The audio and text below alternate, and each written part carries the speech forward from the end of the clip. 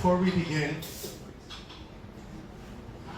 I just want to take a short opportunity to celebrate a local champion who, I don't want to say who was lost to us, because legacy is forever, but somebody whose physical presence is not currently available to us. I'm going to say his name, I'm going to ring this bowl, and then we're going to get into storytelling, just as he would have intended. His name is Kimba Freeman Elliott.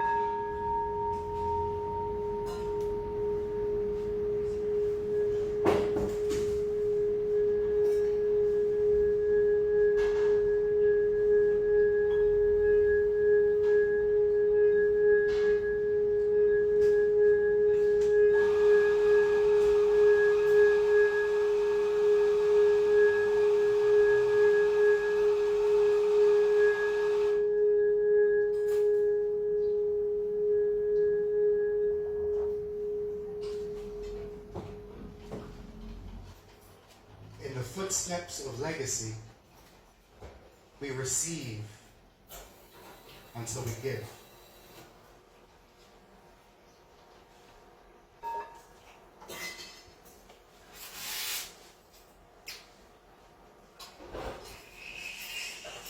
Ancestors come to me, teach me how to walk in peace, plan, love, travel, speak. We learned it in the city streets. Hash, cash, talking trees, planting seeds inside of me.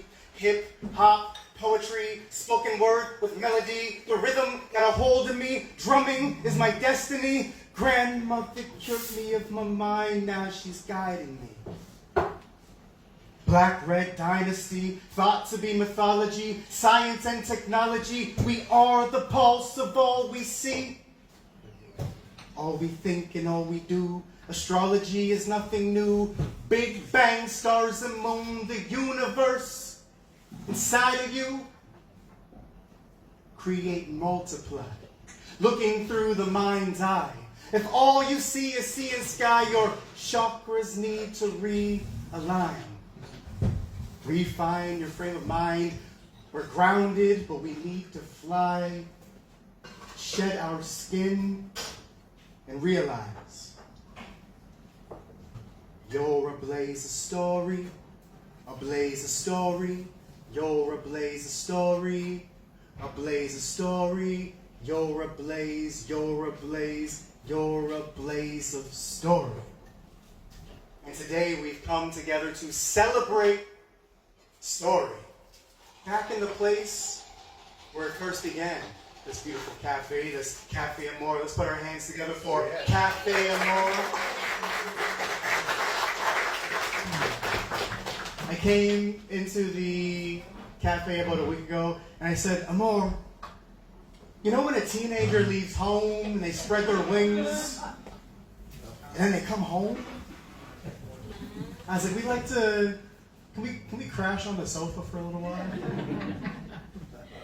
And Amor says, okay. And then Amor asks me today, is this going to be a monthly thing again? I said, can it be? And she said, yes. So thank you so much. We are so excited to connect stories and coffee and tea and community and love and legacy. And today I am excited for our storyteller. When thinking about today's storytelling, I was like, oh, this is the first time we're gonna kind of have like a multimedia piece to it. But whenever we're starting to do something, it's like small steps. So we had this much planned, but we're gonna do this much of it, and it's gonna be amazing because we have come to meet the Edgar Allan Poe 2020 and 2024 nominee finalist, and stay as he quite darkly reads and performs from his forthcoming 2026 poetry collection, The Department of Old Pope and Dusted Dreams for Sale. Long Forgotten Words by Peter James Billing. A Halloween-themed gathering with hauntingly original music and short films, but beware of sinister, macabre, unearthing, a chilling, dramatic read of Peter's Knocking of the Nails, and a couple of love poems for the faint of heart. Please put your hands together for our featured storyteller, Pete Billing.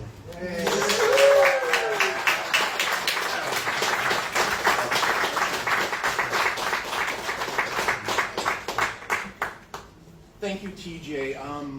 Wow, I'm so honored to be here. You are a generational poet, somebody that has combined word and music and drum and beat and ancestral beat, and you have something that the city just, we're richer for you here, and thank you for that. I also wanted to thank somebody before I start. I want to thank my son, Noah, who's been a light in my life, somebody that's been there for me. What I'm most proud of is the man he has become. He is kind and compassionate and hard-working and a husband. And it's hard to find these days in this world someone of compassion and kindness. It's something that's just so rare. So Noah, thank you so much. Love you. And let's get started. I just wanted to tell you a bit about this book that's coming out in 2026. It's The Department of Old Pulp and Dusted Dreams for Sale, Long Forgotten Words by Peter James Billing. So what does that mean? Well, what it means is it's a book like a relic. I see it like a Twilight Zone movie that you find something in the dirt and you lift it up and you find poems from a long time ago, and that's what I wanted for the book, because the themes that I write are about love, or about lost love, or about death and about darkness and things like that. So this book will be like that, but on the other side of the book will be particles of love. So it's going to have one section and the next section when you spin it around, but that's for next year. And to have some excerpts today, I'm very pleased to be here. I just wanted to start with something about Halloween, but have you ever felt like you've been watched? I mean, truly been watched before. I mean, I have. I was in the park with my hip surgery years and years ago, and I need my glasses, sorry. I put these on to see where I am here. And so I went into the park and I wanted to write, and I found this moment where this bird was cawing at me. And so I looked at it, and it cawed back, and I just thought, well, I got to write something about this because I'm having a conversation with a bird. And this is the way it goes. Because he was waiting for me to drop. You know how birds like find food and prey? Well, I was perfect for that. So, and that would be a good lunch, I think. And that's for darn sure. It's called The Tumult's Calling.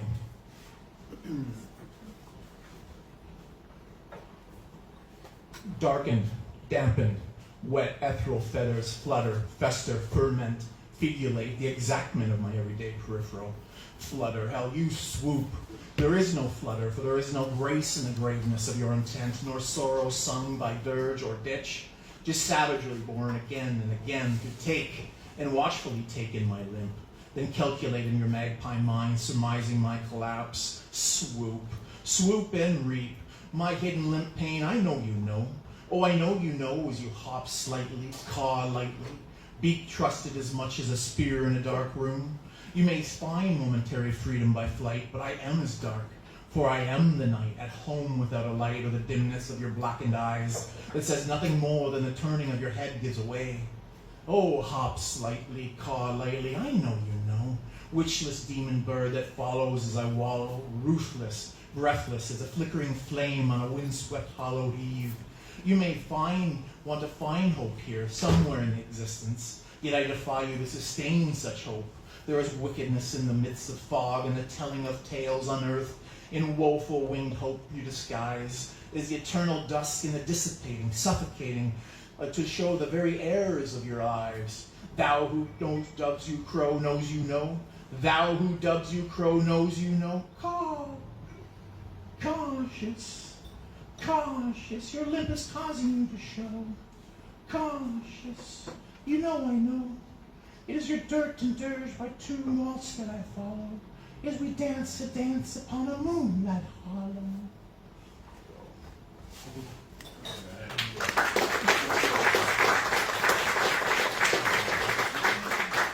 So I was at lunch, the bird took off, and I went on with my day, but I have always had an affinity with the moon, and I think that right today it's a waning crescent. How do I know this? Because it really stirs me. We're made up of 78% water, and I find that the earth, the tides are pulled, and we are at times, our emotions are pulled. And this is an ancient fellow that has seen so much in life since the beginning of time. So I have this poem that I wrote. It's called The Embering Glows of the Glinting Moon. Still awake, glint of squinting eyes illuminate my nocturne self. A sifting you come by pale glimmer, by curtain door, by whispers light to invite. And perhaps amid this cloudless night, with not a lamp, nor flame, nor stir, you came to guide my way. For once upon a while my dreams gave embers to guide them well, but as dreams do at times float down to lay us to sleep, they fall beneath and are swept up by another day, another time, another cloudless way. But I cannot sleep, and I am the night. You, the mischievous moon, right hand in hand, walk hand in hand, I kicking leaves at you, that is without love lost delay. Oh, moonless night, nightless moon, I say there's no alone, there has always been us, your cast of my wondrous, my words of your ageless journey climb, transcendent. For that is we, no wish upon a star, a sun, a higher galactical, no jealousy gaze, yet gazes from others than mine. I do not own, I borrow. To know that you borrow each glint and glance of squinting eyes to sustain ebullience. I know this, you know this too.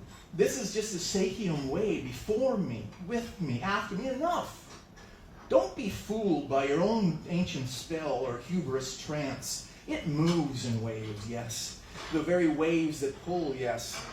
Helpless seas bow, days fold under, for I have dipped my toes in your watery glow enough, basked even, loved among your dark's momentary day enough to know, and just to know, we need each. For I am your voice. You may say more upon a wordless eve that I could ever pen or poe or prose, but there are more like me, more who wake with a dutiful snap of a luminary mist borns us, more painters of shadowy pale hues, of starry nights, meridian blues, more crickets to dance among windswept reeds, where music within the swaying shine of moon milk branches breathe.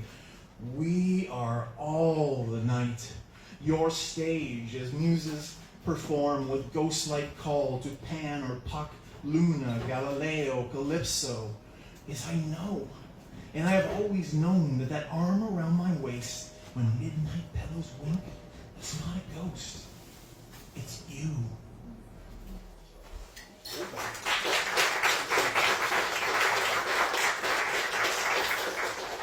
I just wanted to say that I'm so overwhelmed and honored. There are so many artists in the audience, and that's just an amazing thing.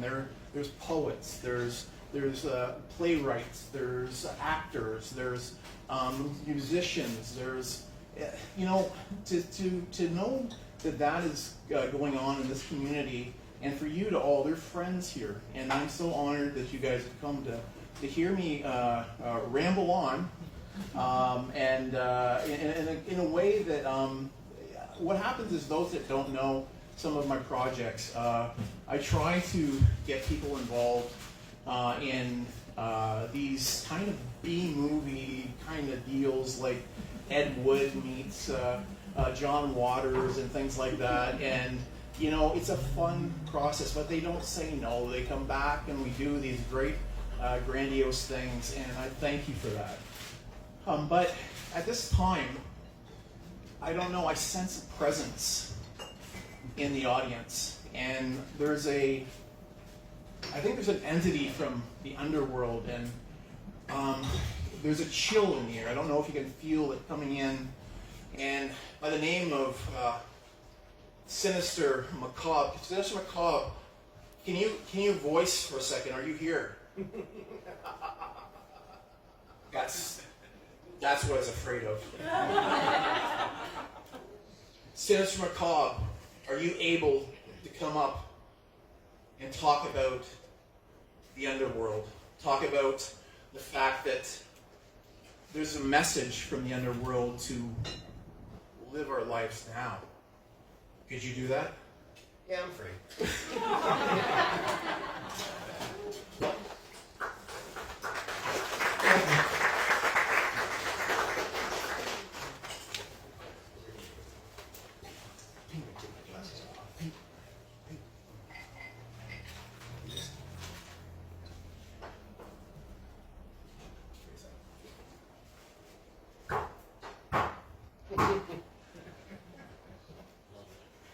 The knocking of the nails.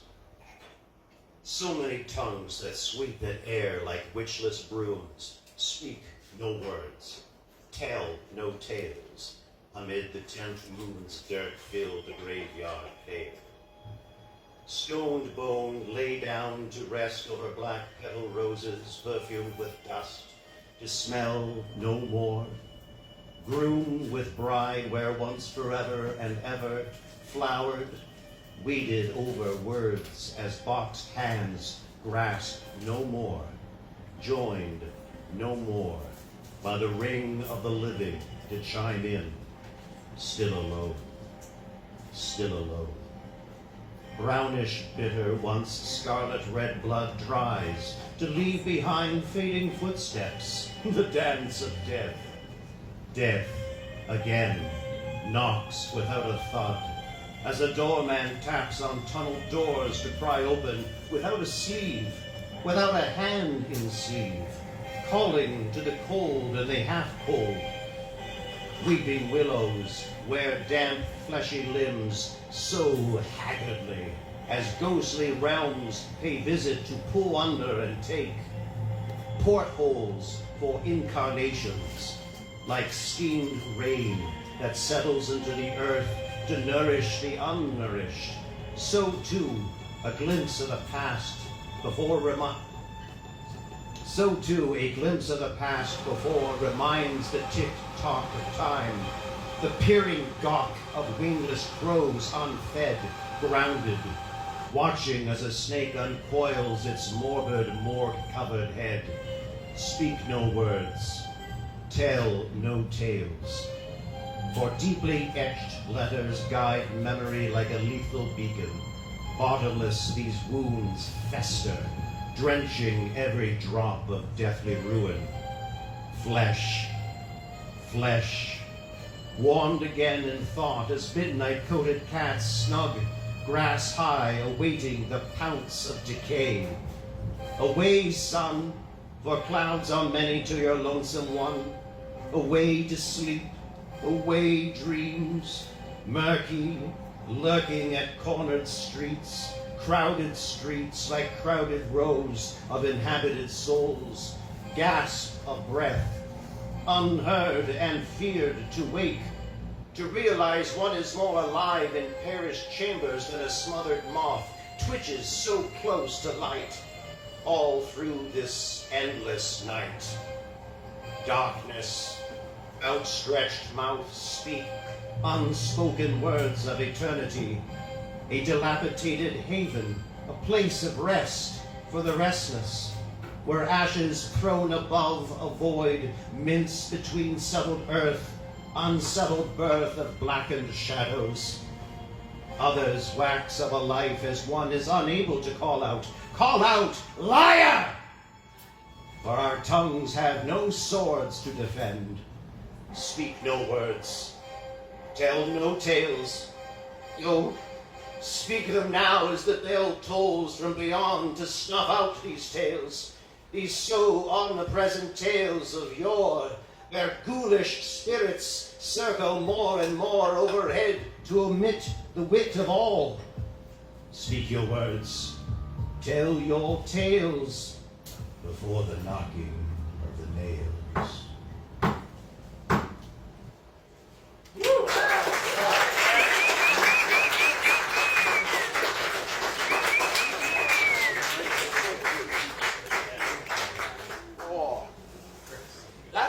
Christopher Lansbury, and I have your bio here, and it is sorry about that. There it is right there. Chris Lansbury has over 30 plays and musicals in this region, and is thrilled to be here to enhance my work. But I have to say, Chris also is slated to direct All My Sons by Arthur Miller in his directorial debut at Corda. He is also an educator and is an award-winning actor who, with Edward Albee's Who's Afraid of Virginia Woolf, played George and was Waddle's lead actor winner that year. So give it up for Chris again. Chris and I had this journey. Chris is kind of like Anthony Bourdain. He has this ability to plot out a meal and a drive through an Uber. We had to go to Baltimore for the Dark Side of Benjamin Grime, which is a dark radio play that we did last year. And in 2024, it was wonderful to go. But as the story goes, by the time we got back and we were heading towards Canada Customs, Chris said to me, "Pete, if you tell one other person that you are the official nominee finalist of the Edgar Allan Poe International, I'm going to scream." So I leaned over and I told the guy at Customs, and I said, "Did you know where ours is?" So anyways, but Chris is a dear friend and someone that I totally admire as an artist, and I would like to get, thank you Chris again, I would like to get into some love poems and talk about the particles of love because they are everywhere. And I think that when I write, I kind of go in different directions, and I try not to stay within the same genre. I think that's just how I think. I battle depression, and depression has been something that I've tried to overcome for many years in my life. And again, my son Noah and his wife have been like incredible support, and those of my friends have been incredible support for me to sit here and say, that I'm doing well, and it's about community, because we can't do anything alone. You think about it, when you write, you are alone, or you come up with an idea or a vision, and you're alone. But I think we need each other. And as Carl Sagan said in his 1997 film Contact, the character there is that we are the loneliest species on the planet, and we need each other, and that is such a truism that I feel that we can all learn from. And so thank you to all the support I've gotten. And from there, now I'd like to read a poem. It's called Particles of Love. And Particles of Love is about love of old. Love that you think about of an old lover or someone that has left in your life and not with you or anything. And it goes like this. I find flashes of you in my mind. There are particles of love that teleport us through the very existence. I believe these electrical waves pull us into each. If time permits, some are envisioned by the speed of light, enthralled by the equation that dances on ether here or there, as if distant memories have always been, yet somehow filtered or forgotten misplaced. Yet there are flashes of you in my mind, no fiction, no science, just interconnected portals of travel that ripple like raindrops once fell window panes ago. Droplets in unison drip symphonic vibrations, but I bring you back. Each time I bring us back. Love, it found us. Love, it lost us. Yet there is flashes of you in my mind where we, through sands unknown just yet, ask why I always search for the speed of darkness when we're always just particles of love, and love we did.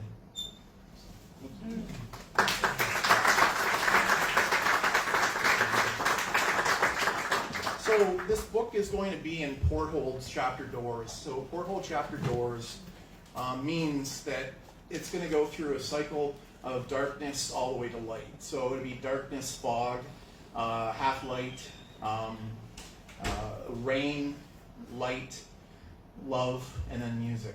And I think that is, I have enough poems to do that in the book, but I'm always trying to, this is why this is such an important evening together. And how's my time, by the way? Perfect. Good? Okay, great. 25 minutes still. 25 minutes, very good. I got some other guests to come up here, and I'm really excited about it. This one is called Once More, and I'm going to be 60 next year. And so it happens to the best of us, eh? And being 60 is pretty ominous, but it's also great to know that I'm going to be 60. But I'm also a poet, and I'm thinking about an old love poet now. So that's what I feel like I am. And so this is called Once More. I want to fold under the nape of your neck and forget yesterdays. Remember what it's like to be loved once more. Or how a single man can write love poems from his memory cores. Or how I adore your sweet scent and half smile now to distant glance. You see, in your cathedral of life, I am nearest to your rhythms, attuned to your higher power, wanting nothing more than to breathe again in the language of you, tracing the braille of your skin, guiding, teaching me to love again. Yet these words you follow are by an aging love poet like I, a lover not yet quieted by time, that sands down the edges of this unfinished love, though singularly in love with love once more.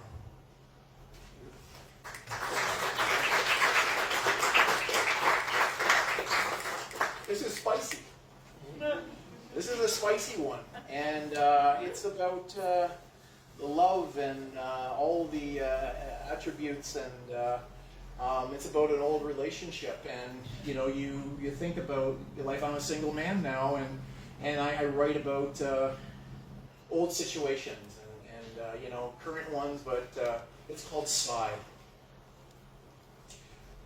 I drowned in you this morning and called to your waves that muffled my words from speak, broken my nose from breath.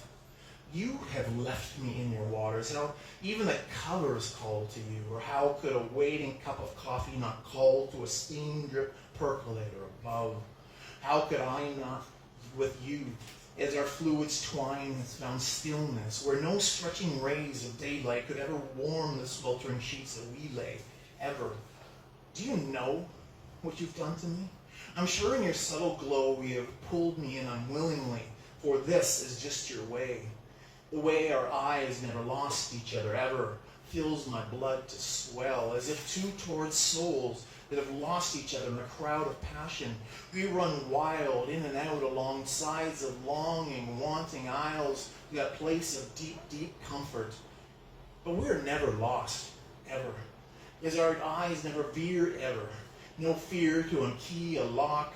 There was no key, just thrown hips locked tightly in a deluge of craving release, for I have never been engulfed by such overflowing sorcery, empty. My hand reaches off the edge of the bed and points in the direction, out of breath, calling me to come back. Come back.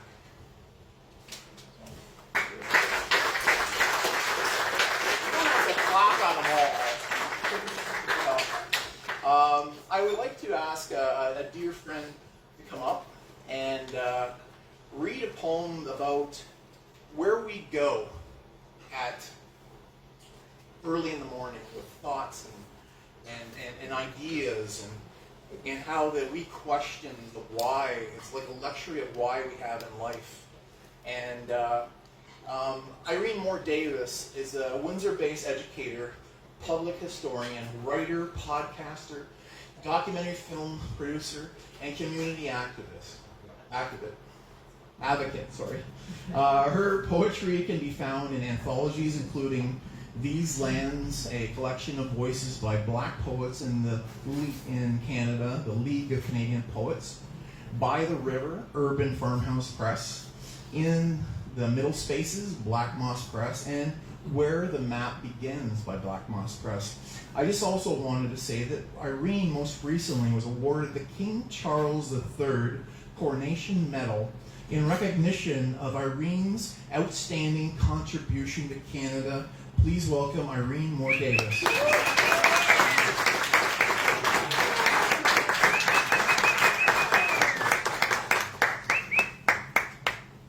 Now I get to see you all. This poem is The Luxury of Why. What is it to take a deep, deep breath at 2:18 a.m., widened pupils suspended upon wake? Blue-lit couch this time.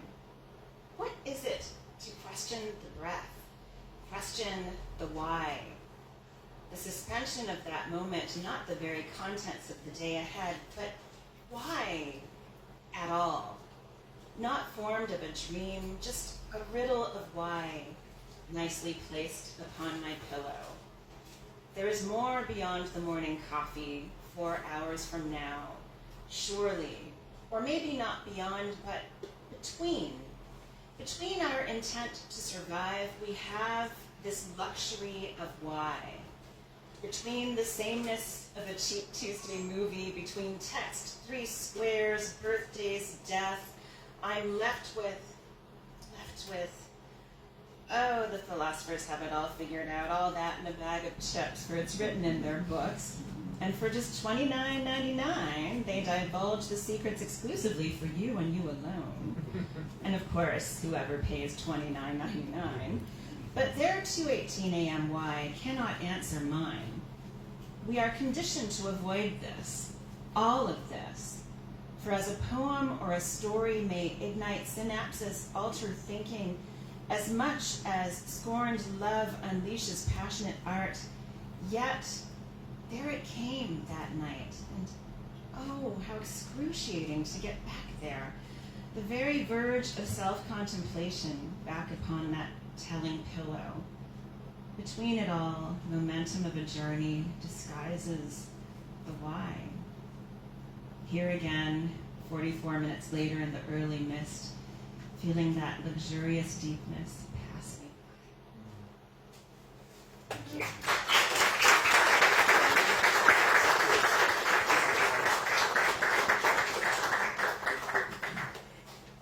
Thanks again, Maureen, one more time. Thank you.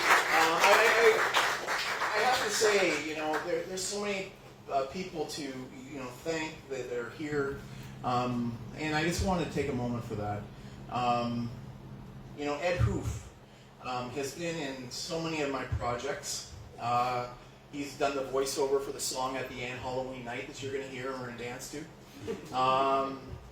He has been in Knocking of the Nails, the visual interpretation. He's a go-to guy that is just the kindest and person and the hardest working actor in the city. Thank you, Ed. Blair Gagne-Vaz is a wonderful friend, and I wouldn't get a lot of things done if it wasn't for Blair. She edits. She helps me get things off into the world. And as far as like deadlines and things like that, I wouldn't have been in the running for the Edgar Allan Poe if it wasn't for her to say, "Hey Pete, good." I said, "I don't know if it's good." She just goes, "No, send it." So it's that good. Okay, there you go. Thank you, Blair. Thank you. I also wanted to say a reader that's coming up now is a dear friend of mine. And somebody, there's other people that I'll mention in a bit, but John Conlon is this talented playwright, educator, songwriter, someone that has taken the book, the Road Hockey Crew, into the next level. When he came in for the book, it just exploded into such an amazing book. We worked so well together. John is also a retired teacher who's still working as a teacher, and just the kindest guy you want to meet. And I'd like him to come up and read a poem from Black Mosses Press, where the map begins. So thank you, John.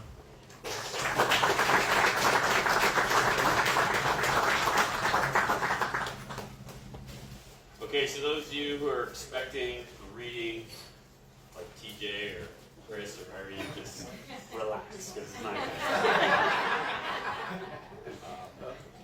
and I just want to say, when Pete asked me to do this, I said he already knew what poem I would choose. This is my favorite one, and it's brilliant. And it was, when I first read it, I sent it to all my brothers, because we all could relate to this exact thing.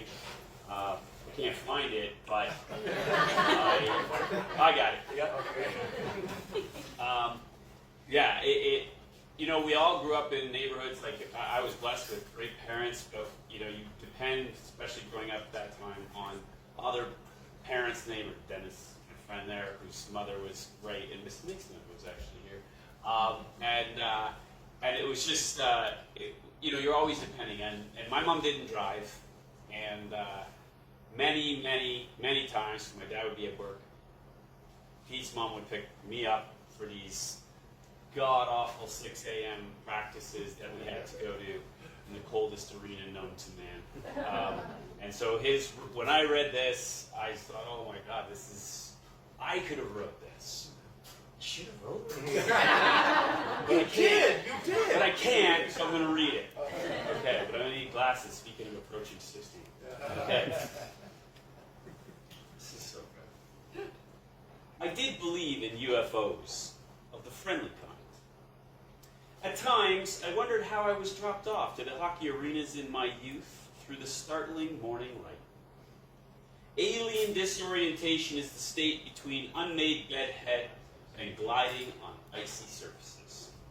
For sleep was my true sport, and somehow morning came calling. Scratch that. My mother came calling. With a song and a tug at my feet, softness in her tone, telling me it's time for 6:30 a.m. practice. Surely she was from the mothership collecting data of her son's reaction time to the morning greet. With deft negotiation skills, I remained in my sleeping pod, safe from the cold world ahead. I'll go next time. Promise. It's too early. Which arena? Like Goldilocks and the 4 aliens, I wondered about the 4 arenas of teleportation. One was too cold. One was too dark. One was colder than the first cold. And one was just right. Made up of 2 ice pads in 4 split. In the oversized hockey jersey of childhood morning skate, I remember the whisk of blurry car rides, laughter of fond friends, most importantly, the overflowing concession stands of popcorn, hot dogs, pop at any hour. And yes, a loving mom's commitment to add routine to my alien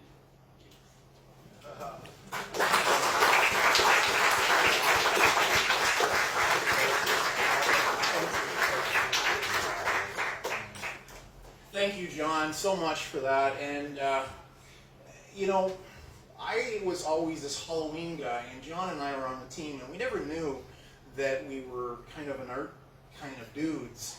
You know, in the back seat while we're driving, John loved O. Henry's, and he was involved in that, and I was just giggling. And my mom was this character. She was an amazing, funny woman. Miss her dearly. And she would get us all giggling, and she had this routine where she would end up saying, "You guys will laugh at anything. You'd even laugh at my thumb." And then we'd all look at her, and then she'd go, and then we would just die.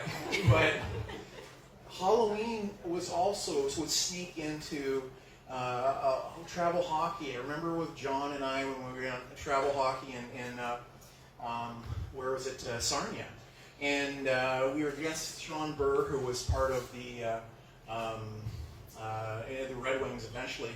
But I'm sitting there at the bench, and there is Steve Greggets, the captain's captain, this guy. And I lean over to him, and I go, "Hey, Steve," like I was, we're 9. "Steve, what are you going to be for Halloween, man?" And he looks at me and he goes, "Pete, we're in the playoffs." And so I go, "Okay."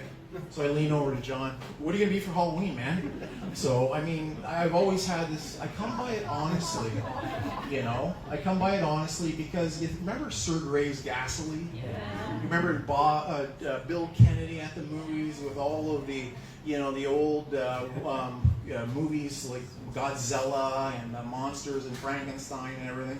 And I just love it. There's a rite of passage about being out at night with friends. There's a rite of passage about organizing where you're going to go and what you're going to do that night. And it's about friendship.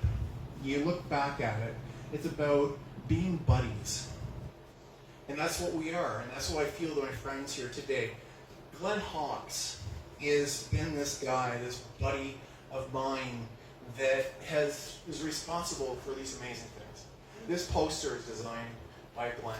You know, I can only say, "Hey, can I have a tree with some paper coming out, and I need the CIBC building because I did a TV series there years ago."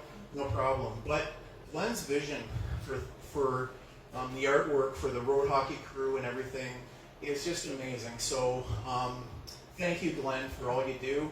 And Glenn is an author and a poet and everything. Kitu is here.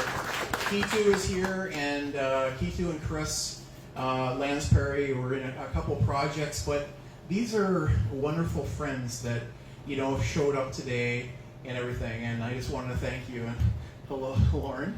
And who am I forgetting? I don't know who else here, but I would like to, and Barry. Barry is such an inspiration to me as a playwright and someone that has creative ideas, great dinners together of creative thought. And by the way, I have a porch that says Porch Therapy, and everyone's welcome there.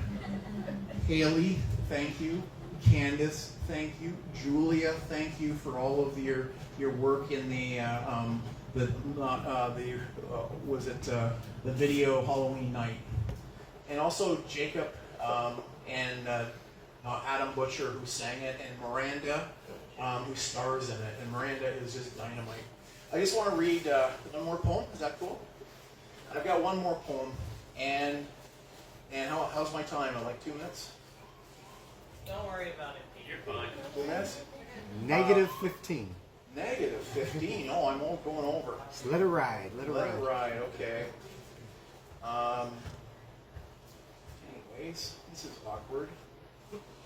That's for Chris. This is In the Darkness.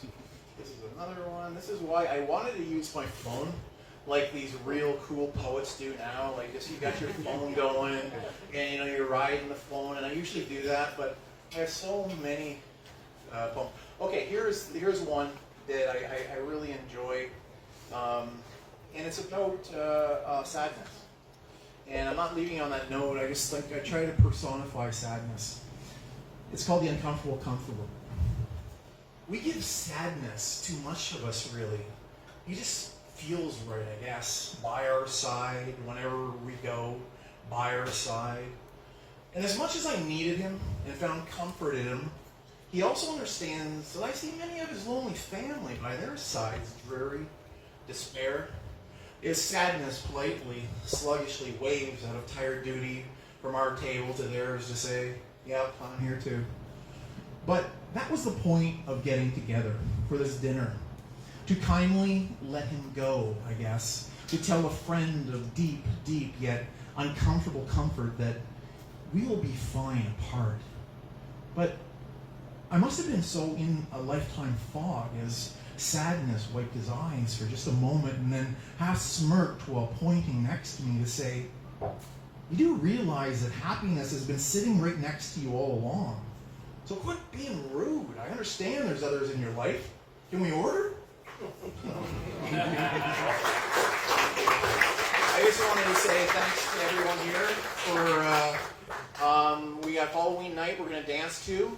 And if that's okay, TJ, this is a song that came to me. It's called I Want to Haunt Your Love Song. And so that says a lot. Came to me in the shower, and sorry for the visuals. And I know that we don't want to do that. But also, let's enjoy it. It's by Adam Butcher singing, and let's go. Thank you, buddy. The enchantment and the very wings of air. For there, many songs among us of love Streaming on Spotify. and love. Streaming on Spotify right now. For death does not come, but the darker stages of twilight.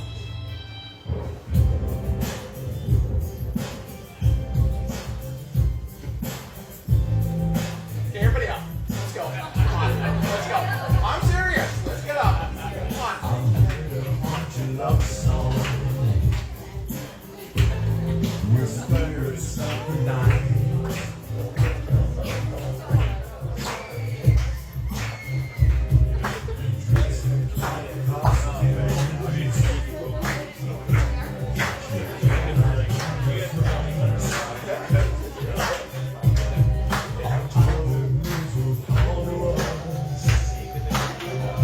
Go, Frankie, go. Go, Frankie, go.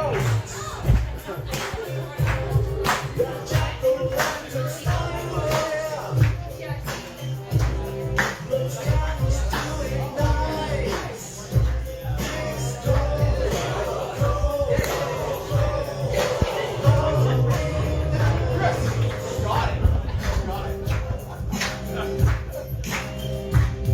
Only 30 more seconds. This is my aerobics. Down 12 pounds.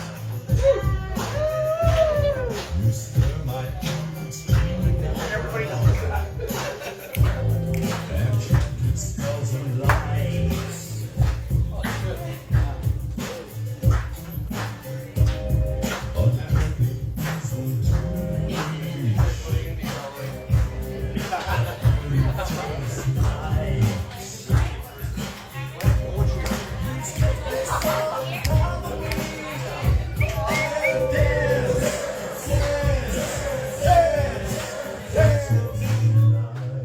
Those books you have are a gift from me because we are all writers, we are all poets, we are all authors. You are the author of yourself. So keep writing. Thank you.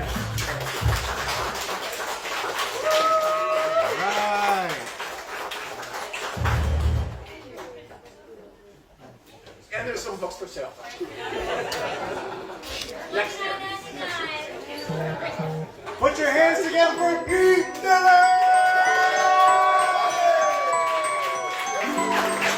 Show up! You can go